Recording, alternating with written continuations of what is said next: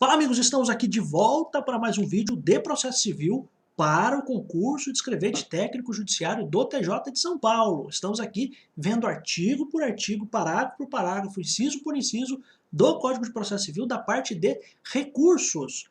Mas que coisa louca, como é que você está fazendo recursos sem ter falado de outras coisas antes?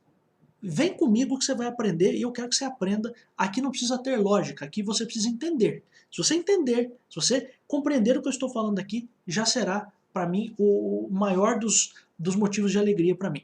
Na aula passada, no vídeo passado, estávamos no 997 do CPC e falamos algumas coisas. Ó, só revisando. O recurso adesivo, ainda estamos em recurso adesivo. O recurso adesivo fica subordinado ao recurso independente, ou seja, o primeiro recurso, o recurso principal, sendo-lhe aplicáveis as mesmas regras do recurso principal quanto aos requisitos de admissibilidade. Até tinha falado para você sobre o jeito de você escrever, o jeito de você fazer, prazos, custas, etc e tal. E julgamento no tribunal, salvo disposição legal diversa, observado ainda o seguinte, aí vimos algumas disposições ainda do recurso adesivo.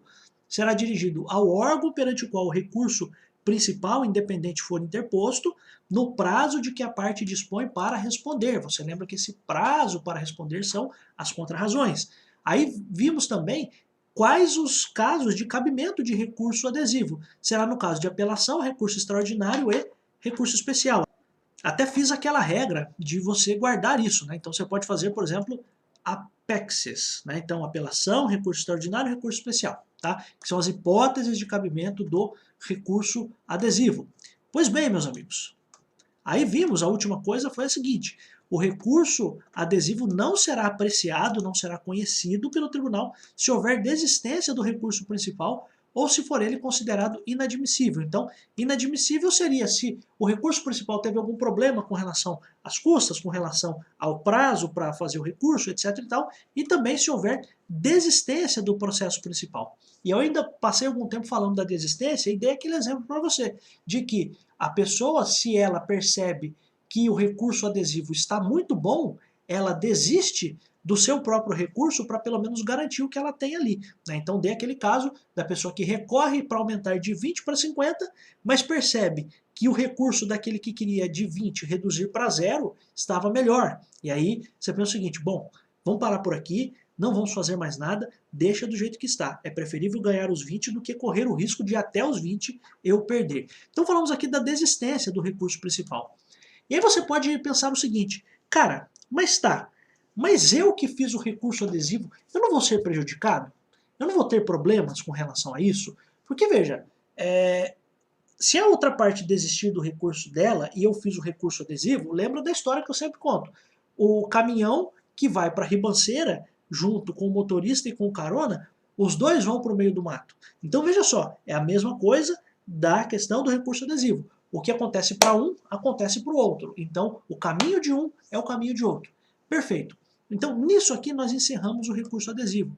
Agora eu vou fazer ainda algumas outras considerações sobre recurso, mas veja só, agora, essa é a observação que eu quero que você faça. A partir do 998, do artigo 998 do CPC, as disposições servem para qualquer recurso, tá?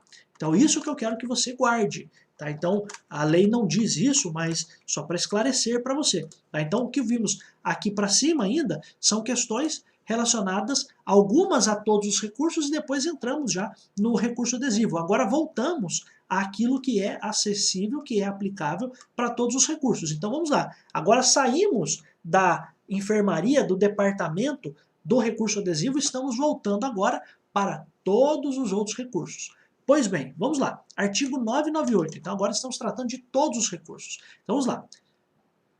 O recorrente poderá a qualquer tempo, olha só, a qualquer tempo, em qualquer momento, sem a concordância ou sem a anuência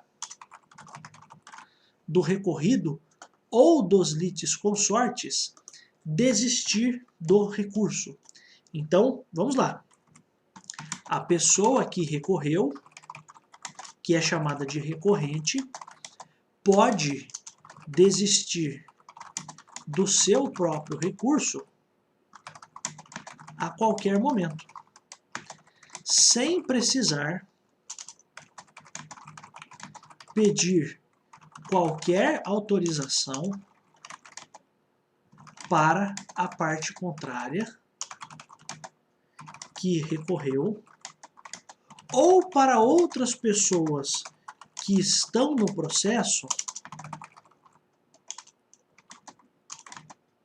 mas não recorreram.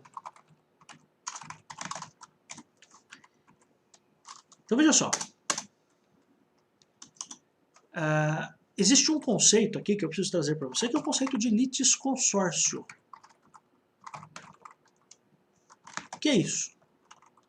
É a existência de mais de uma pessoa como autor ou como réu no processo. Vou te dar um exemplo. Caixa Econômica Federal contra marido e esposa. Veja, marido e esposa, eles são litisconsortes.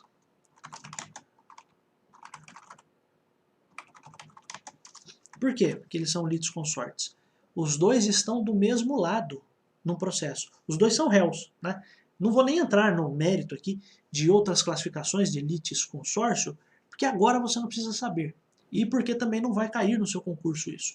Mas o que são litisconsortes? São pessoas que estão do mesmo lado num processo. Então a existência de mais de uma pessoa como autor ou como réu. Aqui neste caso, marido e esposa são litisconsortes na condição de réus no processo. Vamos pegar um outro exemplo. Pessoa A, B, C e D ajuizando ação contra a empresa Claro. Estou dando como exemplo, né? Nesse caso, A, B, C e D são litisconsortes como autores do processo. Então, eles estão processando a empresa Claro. Então, por que eu estou explicando o que é um litisconsorte? Porque aqui o artigo exige que você tenha esse conhecimento. Olha o que o artigo diz. Diz assim, ó, o recorrente poderá em qualquer momento, a qualquer tempo, sem a concordância do recorrido ou dos litisconsortes, desistir do recurso. Então veja só, a pessoa que recorreu pode desistir do recurso, do seu próprio recurso a qualquer momento, sem precisar pedir autorização para a parte contrária que recorreu ou para as pessoas que estão com ela no processo, pessoas, até colocar aqui, ó, que estão com ela no processo, mas que não recorreram. Então veja só, vou te dar um exemplo de novo, ó. A, B, pessoa A, pessoa B, pessoa C e pessoa D, num processo contra Claro. Somente a pessoa A recorreu. A pessoa A pode desistir do recurso sem precisar pedir autorização para a empresa Claro, que é o quê? Que é a empresa recorrida, que é a pessoa recorrida, e sem precisar pedir autorização para as pessoas B, C e D, que são os litisconsortes, tá? Então essa é a ideia. Então o que o artigo quer dizer é isso. Ó, o recorrente poderá a qualquer tempo, sem a anuência, sem a concordância do recorrido ou dos litisconsortes, quem são os litisconsortes? Essas pessoas aqui que estão com ela no processo, pode desistir do recurso a qualquer tempo, tá?